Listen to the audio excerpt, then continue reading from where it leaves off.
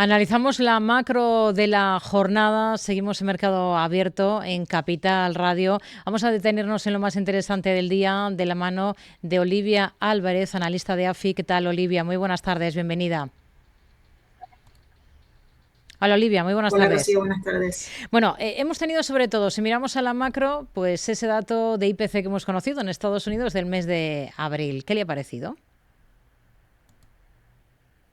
Bueno, Rocío, otro dato que sorprende, ¿no? Y sorprende a la baja en este caso, sobre todo tratándose del dato del mes de abril, mes donde ya estaban sobre la mesa, ¿no? Esos aranceles anunciados por Donald Trump, en particular ese 145% de aranceles a China, donde se hubiese esperado, ¿no? Que hubiese algo más de reacción en términos de precios al consumidor. Lo cierto es que hay factores atenuantes, ¿no? Que explican que el incremento de aranceles no se haya filtrado todavía a los datos de precios, ni siquiera a los datos de actividad. Y es en particular, por un lado, bueno, todo ese adelantamiento de importaciones que hemos visto en los meses previos a los aranceles, y por otro lado también el hecho de que los inventarios en Estados Unidos, sobre todo de los grandes proveedores mayoristas, están en niveles muy elevados, y eso permite desde luego bueno, amortiguar, ¿no?, el impacto en precios, al menos a corto plazo. Que debemos quedarnos con este dato como el inicio de una senda de moderación de la inflación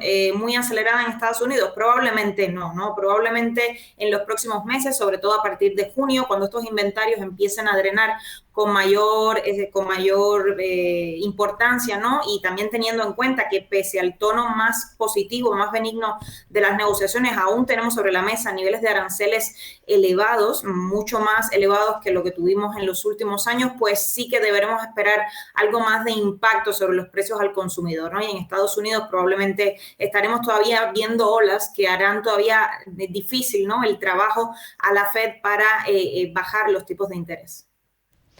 Bueno, estamos observando también o siguiendo muy de cerca el comportamiento del dólar estadounidense. En la última jornada, con ese acuerdo entre China y Estados Unidos, pues observábamos ese claro repunte del dólar estadounidense.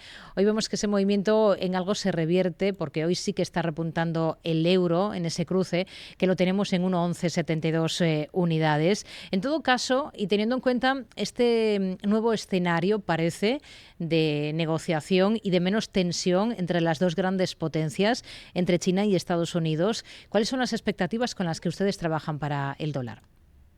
Bueno, Rocío, desde luego el dólar y en general te diría, ¿no?, que sobre todo los activos estadounidenses han tenido una reacción positiva a este acercamiento de posturas, ¿no?, a esta relativa tregua que se han dado las dos grandes potencias en materia arancelaria. Y tiene todo el sentido del mundo si tenemos en cuenta todo el deterioro muy visible que se ha producido en los activos estadounidenses en particular en las últimas semanas, y tras el anuncio del Liberation Day, ¿no?, tras el anuncio de los aranceles y la escalada de tensiones que ha habido entre estas dos grandes economías. Y esto, bueno, por un lado pone un poco en contexto, ¿no?, esta recuperación del dólar, de las bolsas estadounidenses, que también hoy continúa, y también explica por qué algunas otras divisas refugios, como por ejemplo el franco suizo o el yen japonés, también han tenido un peor desempeño, ¿no?, en las últimas horas. Sin embargo, lo que vemos en la jornada de hoy, y tú lo decías, esta senda de apreciación del dólar no es muy sólida, no continúa, de hecho hoy se estabiliza bastante, pues nos sigue dejando planteada, ¿no?, la duda de si efectivamente Hmm. lo que ha sucedido marca no solo, bueno, un retroceso para la buena percepción de los activos estadounidenses, sino para esa senda de estabilidad del dólar. Y creemos, de hecho, que a lo largo de este año, pues el dólar va a seguir depreciándose frente a las principales divisas, y sobre todo frente al euro, ¿no? A la luz de, por un lado, esa mayor divergencia cíclica que probablemente se comprobará, ¿no?, entre estas dos grandes economías, pero también, y un elevado componente gracias a, o explicado por, ese deterioro más material que estamos viendo en el supuesto excepcionalismo, ¿no?, de los activos estadounidenses a raíz de todo el entorno de incertidumbre, y sobre todo de incertidumbre de política económica que se ha generado con todos estos vaivenes de la política comercial, ¿no? En este entorno seguimos esperando que el eurodólar se vuelva a recuperar a niveles de 1,14, 1,15 hacia finales del año, y que incluso continúe con esa senda de apreciación de cara al próximo año. Hmm. Bueno, al margen de este comportamiento, de las expectativas que tienen ustedes para el dólar, hablábamos al principio de ese dato importante de IPC que hemos conocido en Estados Unidos. En Europa hemos tenido alguna referencia también, en este caso en el mercado alemán, el ZEW de confianza inversora, que ha salido bastante mejor de lo esperado, ¿no? ¿Qué valoración hace?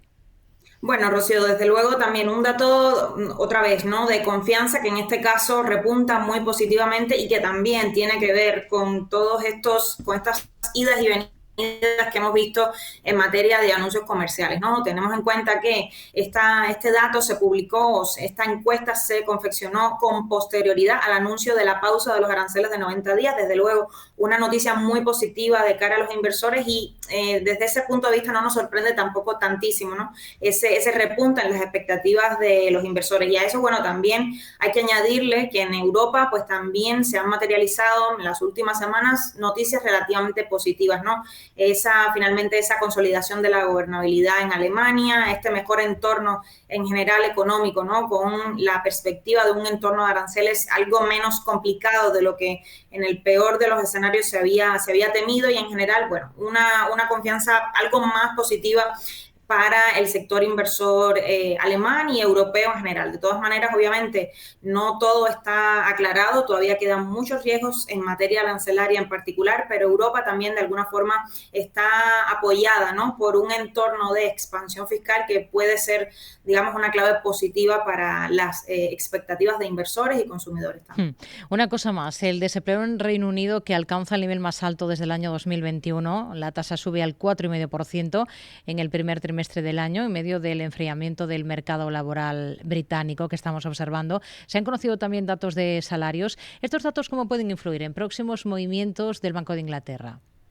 Bueno, Rocío, de hecho los datos se alinean con nuestras expectativas para la economía británica y de hecho para nuestra percepción de que la política monetaria en el Reino Unido quizás está siendo bastante más restrictiva de lo que las condiciones económicas pues lo vienen recomendando, ¿no? Y creemos que todos estos datos tanto los datos de mercado laboral, que efectivamente, como dices, ya comienzan a mostrar una moderación más clara, todavía en terreno de tensionamiento, es verdad que los salarios moderan, pero todavía crecen a niveles muy superiores, muy elevados, superiores al 4%, es verdad que el desempleo crece un pelín, pero todavía está en niveles históricamente bajos, y no obstante, este enfriamiento, digamos, esta moderación del mercado laboral también nos comienza a dar pistas, ¿no?, de un impulso cíclico muy tenue, ¿no?, en la economía británica. Y creemos que definitivamente en algún punto esto va a dar suficiente justificación al Banco de Inglaterra para